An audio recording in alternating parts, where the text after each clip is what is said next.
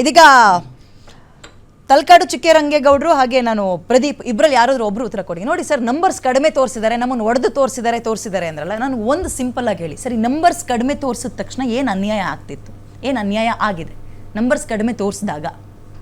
ಅಲ್ಲ, ಊರವ್ರಿಗೆಲ್ಲ ನ್ಯಾಯ ಕೊಡ್ತೀವಿ ಅಂದಾಗ ಎಲ್ರಿಗೂ ನ್ಯಾಯ ಕೊಡ್ಬೇಕು. ಇಲ್ಲಿ ಏನಾಗಿದೆ, ಹಿಂದುಳಿದ ವರ್ಗದ ಕೆಲವೊಂದು ಜಾತಿಯನ್ನೇ ಗುರಿಯಾಗಿಟ್ಕೊಂಡು 100ಕ್ಕೆ 100 ಸರ್ವೆ ಮಾಡಿದ್ದಾರೆ. ಅದಕ್ಕೆ ನಾವು ಮೊದಲಿಂದನೂ ಆಧಾರಗಳ ಸಮೇತ ಇದೆ, ನಮ್ಮ ಗ್ಯಾರಂಟಿ ಟಿವಿನೆಲ್ಲ ಚರ್ಚೆ. ಈಗ ನಮ್ದು ನಂಬರ್ಸ್ ಇವ್ರಿಗಿಂತ ಜಾಸ್ತಿ ಬಂತು ಅಲ್ಲ, ಅದೇ ಆ ವಿಷಯಕ್ಕೆ ಬರ್ತೀನಿ ನಾನು. ಈಗ ನಾಗರಹೊಳೆಯ ಕಾಡಿನ ಮಧ್ಯದಲ್ಲಿರೋ ಒಂದು ಮನೆಯ ಸದಸ್ಯರನ್ನ ಜಾತಿ ಸಮೀಕ್ಷೆಗೆ ನೀವು ತರ್ತೀರಾ, ಸಂತೋಷ, ಅವ್ರಿಗೂ ನ್ಯಾಯ ಕೊಡಬೇಕು. ಅದೇ ವಿಧಾನಸೌಧದಿಂದ 3 ಕಿಲೋಮೀಟರ್ ಇರುವಂಥ ಮಹಾಲಕ್ಷ್ಮಿ ಲೇಔಟಲ್ಲಿರುವಂಥ ಒಂದು ಜನಾಂಗದವ್ರನ್ನ ನೀವು ಯಾಕೆ ಸಮೀಕ್ಷೆಗೆ ತರಲ್ಲ ಅಂತ ನಾವು ಪ್ರಶ್ನೆ ಕೇಳಿದಾಗ ಅಲ್ಲಿ ಪ್ರಾರಂಭ ಆಯಿತು ಮಲತಾಯಿ ಧೋರಣೆ. ಅಲ್ಲಿ ಪ್ರಾರಂಭ ಆಯಿತು ಕೆಲವ್ರು ಮಾತ್ರ ಇವರು ಉದ್ದೇಶ ಇಟ್ಕೊಂಡು ಜಾತಿ ಸಮೀಕ್ಷೆ ಮಾಡ್ತಿದ್ದಾರೆ ಅಂತ. ಇನ್ನೊಂದು, ನಾವು ನಮ್ಮ ಲಿಂಗಾಯತ ಗೆಳೆಯರು ಒಂದು ಪ್ರಶ್ನೆ ಕೇಳಿದ್ವಿ, ರಾಜ್ಯ ಸರ್ಕಾರಕ್ಕೆ ಜಾತಿ ಸಮೀಕ್ಷೆ ಮಾಡೋ ಹಕ್ಕೇ ಇಲ್ಲ ಸಂವಿಧಾನದ ಪ್ರಕಾರ. ಅದನ್ನ ಇವರು ಇಲ್ಲ ಸಾಮಾಜಿಕ ಮತ್ತು ಆರ್ಥಿಕ ಸಮೀಕ್ಷೆ ಅಂತ ಅಲ್ಲಿ ಮಿಸ್ಗೈಡ್ ಮಾಡ್ತಾ ಹೋದ್ರು. ನಾವು ಹೇಳೋದಿಷ್ಟೇ, ನೀವೇನೇ ಮಾಡಬೇಕಾದ್ರೂ ಬಹಿರಂಗವಾಗಿ ನೀವೇನು ಮಾಡ್ತೀರಾ ಸಂವಿಧಾನದ ಪ್ರಕಾರ ನಿಮ್ಗೆ ಏನು ಹಾಕಿದ್ರೆ ಅದನ್ನು ಮಾತ್ರ ಹೇಳಿ, ಅದು ಬಿಟ್ಟು ಮುಚ್ಚಿಟ್ಟು ಏನು ಮಾಡೋಕ್ಕೆ ಹೋಗ್ಬೇಡಿ ಅಂತ. ಒಂದು ಸಂಖ್ಯೆ ಕಮ್ಮಿ ತೋರಿಸೋದ್ರಿಂದ ಜಾಸ್ತಿ ತೋರಿಸೋದ್ರಿಂದ ಏನು ನಷ್ಟ ಏನು ಲಾಭ ಅಂತ ನೀವು ಹೇಳಿದ್ರಿ. ನಾವಿಲ್ಲಿ ಜಾಸ್ತಿ ತೋರಿಸಿ ಅಂತಲೂ ಹೇಳ್ತಾ ಇಲ್ಲ, ಕಡಿಮೆ ತೋರಿಸಿ ಅಂತಲೂ ಹೇಳ್ತಾ ಇಲ್ಲ.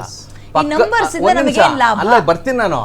ಪಕ್ಕದ ಮನೆಗೆ ನೀವು ಸರ್ಕಾರದವ್ರು ಬಂದು ಅಧಿಕೃತವಾಗಿ ಸರ್ವೆ ಮಾಡಿದಾಗ ನಾನು ಕೂಡ ಭಾರತೀಯ, ನಾನು ಕೂಡ ಕನ್ನಡಿಗ, ನಾನು ಕೂಡ ಈ ನಾಡಿನ ಮತದಾರ, ನನ್ನ ಮನೆಗೆ ನೀವು ಬರಲಿಲ್ಲ ಅಂದರೆ ಸರ್ಕಾರ ಇಲ್ಲಿ ಮಲ್ತಾಯಿ ಧೋರಣೆ ಮಾಡ್ತಿದೆ ಅಂತ ಲೆಕ್ಕ. ನೀವು ನಿಜವಾದ ಅಂಕಿ ಸಂಖ್ಯೆ ತಗೊಂಡು ಜಾಸ್ತಿ ಇದ್ರೆ ಜಾಸ್ತಿ ಅನ್ನಿ, ಕಡಿಮೆ ಇದ್ರೆ ಕಡಿಮೆ ಅಂತ ಹೇಳಿ. ಈ ನಂಬರ್ಸ್ ಅಂದ್ರೆ ಏನಾಗುತ್ತೆ ಅಂದ್ರೆ, ರಾಜಕೀಯವಾಗಿ ಸರ್ಕಾರದ ಸೌಲಭ್ಯಗಳನ್ನು ಪಡೆದುಕೊಳ್ಳಲಿಕ್ಕೆ ಈ ನಂಬರ್ಸ್ ಮೇನ್ ಕೌಂಟ್ ಆಗುತ್ತೆ. ಆ ಕೌಂಟ್ ಆಗೋದ್ರಿಂದ ನಾನು ಈ ಪಾಯಿಂಟ್ ಬರ್ಲಿ ಅಂತ ಅವಾಗಿಂದ ವೇಟ್ ಮಾಡಿ. ಆದ್ರೆ ಏನಾಗ್ತದೆ ಕೇಳಿ ಸರ್, ಇಲ್ಲಿ ನಿಜವಾದ ಜನಸಂಖ್ಯೆ, ಲಿಂಗಾಯತರು, ಒಕ್ಕಲಿಗರು, ಪ್ರಭಾವಿ ಸಮುದಾಯಗಳು ಅಂತ ಕರಿತೀವಲ್ವಾ, ನಂಬರ್ಸ್ ಕಡಿಮೆ ತೋರಿಸಿದ್ದಾರೆ, ನಮ್ಮನ್ನು ಹೊಡೆದಿದ್ದಾರೆ ಅನ್ನುವಂಥದ್ದು ನಿಮ್ಮ ಆರೋಪ ಹಿಂದಿನ ಸರ್ವೆಗೆ ಅಲ್ವಾ? ಈಗ ನಂಬರ್ಸ್ ಜಾಸ್ತಿನೇ ತೋರಿಸಿದ್ರು, ನಮಗೇನು ಅನುಕೂಲ ಆಗ್ತಾ ಇತ್ತು ಅಷ್ಟು ಹೇಳಿ. ರಾಜಕೀಯವಾಗಿ ರಾಜಕೀಯ ಲೀಡರ್ಸ್ಗಳು ಟಿಕೆಟ್ ತಗೊಳ್ತಾ ಇದ್ರು, ಅದನ್ನ ಹೊರತುಪಡಿಸಿದ್ರೆ ಕೇಳಿ, ನಾ ಈಗ ಎಕ್ಸಾಂಪಲ್, ನಾನೊಬ್ಬ ಲಿಂಗಾಯತರು ಮನೆ ಹುಡುಗಿ, ನನಗೇನ್ ಸಿಗ್ತಾ ಇತ್ತು? ನಮ್ಮನೇಲೂ, ನಮ್ಮೂರ್ನಲ್ಲೂ, ನನ್ನ ಕುಟುಂಬದಲ್ಲೂ ಆರ್ಥಿಕವಾಗಿ ಶೈಕ್ಷಣಿಕವಾಗಿ ಹಿಂದುಳಿದಿರೋರು ಇದ್ದಾರೆ ಸರ್. ಪೊಲಿಟಿಕಲ್ ಲೀಡರ್ಸ್ಗಳು ಅವ್ರ ಪಾಡಿಗೆ ಅವ್ರು ಟಿಕೆಟ್ ತಗೊಳ್ಳೋದು, ಅವ್ರ ಪಾಡಿಗೆ ಅವ್ರು ದುಡಿಮೆ ಮಾಡ್ಕೊಳ್ತಾ ಇದ್ರು. ನನಗೇನ್ ಸಿಕ್ತಿತ್ತು ನನ್ನ ಸಮುದಾಯದಲ್ಲಿ? ಇಲ್ಲಿ ಏನಾಗ್ತದೆ ಅಂದ್ರೆ, ಈ ಜಾತಿ ಹೆಸರಲ್ಲಿ ಪ್ರಬಲ ಸಮುದಾಯ ಆಗಿರ್ಬೋದು, ಯಾವುದೇ ಸಮುದಾಯ ಆಗಿರ್ಬೋದು, ಆಯಾ ಮುಖಂಡರು ಏನ್ ಮಾಡ್ತಾರೆ, ತಮ್ಮ ಲಾಭ ಮಾಡ್ಕೊಳ್ಳಿಕ್ಕೆ ಅನುಕೂಲ ಮಾಡುವಂತ ವ್ಯವಸ್ಥೆ. ನಿಜವಾದ ಬಡವರು ಎಲ್ಲಾ ಸಮುದಾಯದಲ್ಲಿದ್ದಾರೆ, ಒಂದೇ ಸಮುದಾಯದಲ್ಲಿಲ್ಲ. ಆದ್ರೆ ಅವ್ರಿಗೆ ನಿಜವಾಗ್ಲೂ ಅನ್ಯಾಯ ಆಗ್ತಾ ಇದೆ. ಮತ್ತೆ ಎಷ್ಟೋ ಸರ್ಕಾರದ ಸೌಲಭ್ಯಗಳು ಕೂಡ ಕಟ್ಟ ಕಡೆ ಬಡವರಿಗೆ ಇವತ್ತು ಮುಟ್ತಾ ಇಲ್ಲ. ನೀವು ನೋಡಿರ್ಬೋದು, ಮನೆಗಳು ಕೂಡ ಎಷ್ಟೋ ಜನಕ್ಕೆ ಇವತ್ತು ಇಲ್ಲ. ಗ್ರಾಮೀಣ ಭಾಗದಲ್ಲಿ ಕುಡಿಯೋ ನೀರು ಸಹಿತ ಇಲ್ಲ. ಅಂತ ಪರಿಸ್ಥಿತಿಯಲ್ಲಿ ಸರ್ಕಾರ ಜಾತಿಯ ಅಂಕಿ ಅಂಶಗಳನ್ನು ಇಟ್ಟುಕೊಂಡು ನಿಜವಾದ ಬಡವರು ಯಾರಿದ್ದಾರೆ ಅವರಿಗೆ ಸೌಲಭ್ಯ ನೇರವಾಗಿ ತಲುಪುವಂತ ವ್ಯವಸ್ಥೆ ಆಗ್ಬೇಕು. ಇದು ಸ್ಥಿತಿ ಯಾವುದೇ ಒಂದು ಆಗ್ಲಿಲ್ಲ ಸರ್. ಇದು ಜಾತಿ ಜನಗಣತಿ ಅಂದ್ರೆ ಈ ಜಾತಿಲಿ ಇಷ್ಟು ಜನ ನಂಬರ್ಸ್ ಇದ್ದಾರೆ, ಅಹಿಂದ ಅಥವಾ ಹಿಂದುಳಿದವರಿಗೆ ಆರ್ಥಿಕ ಸಾಮಾಜಿಕ ಸರ್ವೆ. ಇದು ಆರ್ಥಿಕವಾಗಿನೂ ಕೂಡ ಇವರು ಸರ್ವೆ ಮಾಡ್ತಾ ಇದ್ರೆ, ಸಾಮಾಜಿಕವಾಗಿ ಸ್ಥಿತಿಗತಿ ಬಗ್ಗೆನೂ ಸರ್ವೆ ಮಾಡ್ತಾ ಇದ್ದಾರೆ. ಅದ್ರಲ್ಲಿ ಒಂದು ಭಾಗ ಮಾತ್ರ ಜಾತಿ.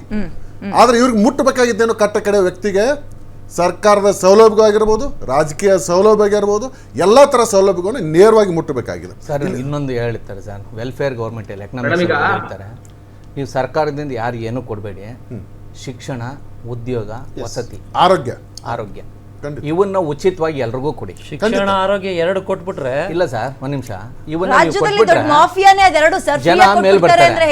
ಏನಾಗಿದೆ, ಹಸ್ತಿರೋನ್ಗೆ ಮೀನ್ ಕೊಡಕ್ ಹೋಗ್ಬೇಡಿ, ಮೀನ್ ಹಿಡಿಯೋದು ಹೇಳ್ಕೊಡಿ.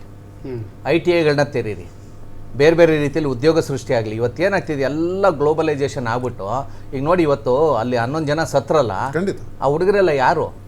ಎಲ್ಲ ಸಮುದಾಯ ನೋಡಿಲ್ಲ ಅಲ್ಲ, ಆ ಹುಡುಗರು ಈ ಗ್ಲೋಬಲೈಸೇಷನ್ ಪರಿಣಾಮ, ಅದರ ಉತ್ಪತ್ತಿ. ಇವತ್ತು ಇಡೀ ನಮ್ಮ ದೇಶ ಯಾವ ಕಡೆ ಹೋಗ್ತಿದೆ, ಒಂದು ಕಾರ್ಖಾನೆ ತೆರೆಯೋದ್ರಲ್ಲಾಗಲಿ, ಒಂದು ಉದ್ಯೋಗ ಸೃಷ್ಟಿ ಮಾಡೋದ್ರಲ್ಲಾಗಲಿ, ಇದು ಯಾವುದರಲ್ಲೂ ಗಮನ ಹರಿಸ್ತಾ ಇಲ್ಲ. ಈ ತರ ಸಣ್ಣ ಸಣ್ಣ ವಿಷಯಗಳನ್ನ ಕೊಟ್ಬಿಟ್ಟು ನಾವೆಲ್ಲ ಅಣ್ಣ ತಮ್ಮಂದ್ರಾಗ ಬಾಳ್ತಾ ಇದೀವಿ.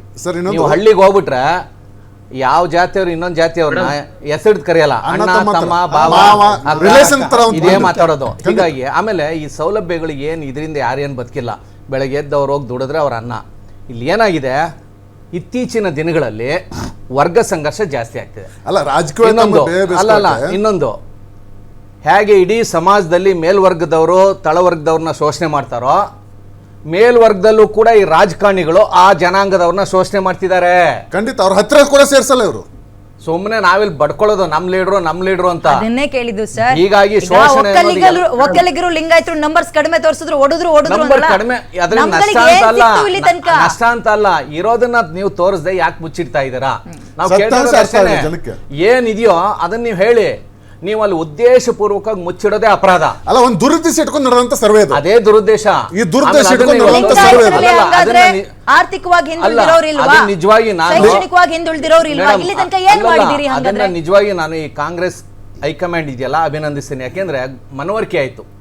ಏನಂತ ಇಲ್ಲ, ನೀವು ರಾಜ್ಯ ಸರ್ಕಾರ ಅಥವಾ ರಾಜ್ಯದ ಕಾಂಗ್ರೆಸ್ನವ್ರು ನೀವು ಮಾಡಿರೋ ತಪ್ಪು, ಇಲ್ಲೇನೋ ಅನ್ಯಾಯ ಆಗಿದೆ, ಮೇಲ್ವರ್ಗದವ್ರು ಸುಮ್ಮನೆ ಮೇಲ್ವರ್ಗ ಅನ್ನೋ ಪದ ನಾನು ಬಳಸಕ್ಕೆ ಇಷ್ಟಪಡಲ್ಲ. ಒಕ್ಕಲಿಗರು ಅಥವಾ ಲಿಂಗಾಯತರು ಮತ್ತೆ ನಮ್ ಜೊತೆ ಈಗ ಇವರು ಸೇರ್ಕೊಂಡ್ರೆ ಯಾರು ಹಿಂದುಳಿದ ವರ್ಗದ ಕೆಲವು ಜನ